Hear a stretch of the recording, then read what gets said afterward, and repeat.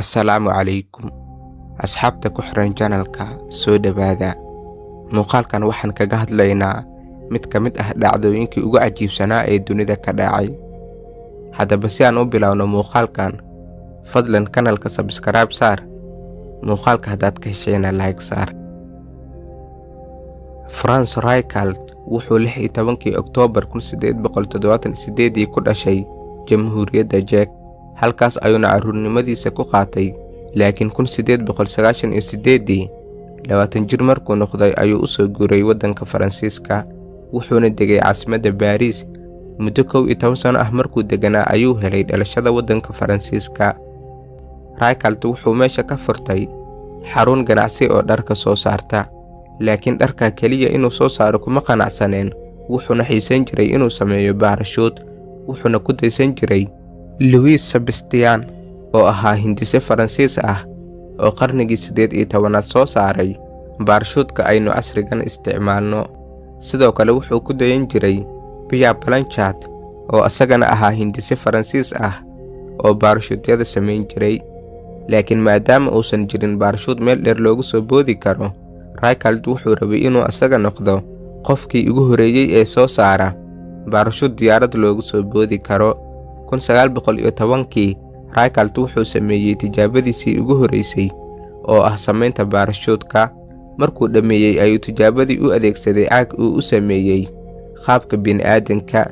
Caagii ayuu baarashuudkii ku xiray, wuxuuna dul saaray fooqa shanaad ee dhismihii uu deganaa. Meesha ayuuna ka soo tuuray caagii oo baarashuudka ku xiran, wuuna ku guulaystay oo si tartiib ah ayuu dhulka u soo degay. Laakiin weli cilad ayaa jirtay. Baarashuudka wuxuu ahaa mid miisaanka culus yahay oo 75 kiilogaraam ah.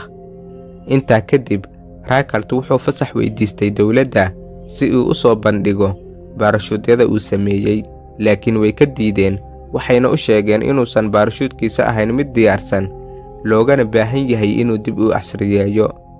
Reichelt dib ayuu u casriyeeyay baarashuudkii, miisaankiina wuu yareeyay oo 25 kiilogaraam ayuu ka dhigay, dhirirkiisana wax ayuu ku daray. Markaana wuxuu isku dayay inuu sameeyo tijaabadii labaad, weliba inuu nafsad ahaantiisa sameeyo ayuu isku dayay.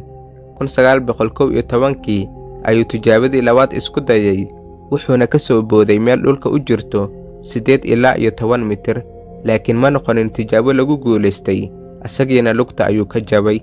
Haddana mar kale ayuu dowladda fasax weydiistay, wuxuuna ka codsaday inuu tijaabo ku sameeyo taalada Eiffel ee magaalada Paris ku taalo. Markaan way ku adkeeyeen, 1 sano ayayna ku qaadatay inay codsigiisa aqbalaan. Markay codsigiisa aqbaleen ayay u waceen una sheegeen inuu fasax u yahay inuu tijaabadiisa samaysto. Bishii February 4, 1912 maalin Axad ah ayuu Reichelt saxaafadii isugu wacay una sheegay inuu fasaxay helay, tijaabadiina uu samayn doono. Maalinkaas subaxii 7 aroornimo ayuu goobtii yimid asagoo 2 saaxiibadii ah la socdaan, wuxuuna xirnaa baarashuudkii uu tijaabada ku samayn lahaa. Saxaafadda waxay sheegeen baarashuudka uu xirnaa inuu kaliya waxyar ka adkaa dharka caadiga ah ee la xirto, hadduu qofka soo boodan uusan difaaci karin jirkiisa. Sidoo kalena uu ahaa mid aan la kontarooli karin oo dhaqdhaqaaqa qofka la socon.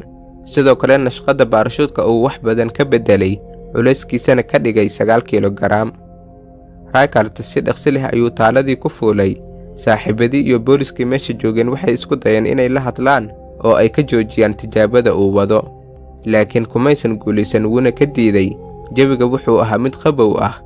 Ugu dambeyntiina saacaddu markay ahayd 8:22 subaxnimo ayuu Reichelt taaladii ka soo booday, wuxuuna ka soo booday meel dhulka u jirta 57 mitir ama 187 fiit. Saaxiibadiisa meesha ayay la saarnaayeen, waxayna garab ku siinayeen tijaabadiisa. Asaga oo dhool cadaynaya ayuu ka soo booday taaladii, laakiin nasiib daro baarashuudkii ayaa u furmi waayay. Dhulka ayuuna si xun ugu soo dhacay, wuxuuna ka jabay laf dhabarta, dhammaan lafihiisa kalena way burbureen. Asagana meesha ayuu ku dhintay. Geeridiisa kadib ayaa dowladda waxay sheegtay inay fasaxa u siiyeen inuu caagagii uu watay uu tijaabada ku sameeyo, laakiin asaga nafsad ahaantiisa tijaabadii sameeyey, dhimashadiisana asaga mas-uul ka yahay. Raykalt intuusan soo boodin ayaa saxaafadda u sheegtay inuu xarig xirto si uu u badbaado, laakiin wuxuu ugu jawaabay, waxaan rabaa inaan isku dayo oo tijaabada nafsad ahaantayda sameeyo, weliba si khiyaano la'aan ah, maadaama aan doonayo inaan caddeeyo qiimaha uu leeyahay hal abuurkayga. fadlan muuqaalkan haddaad ka heshay subscribe iyo like ha ka ilaawin. wassalaamu calaykum.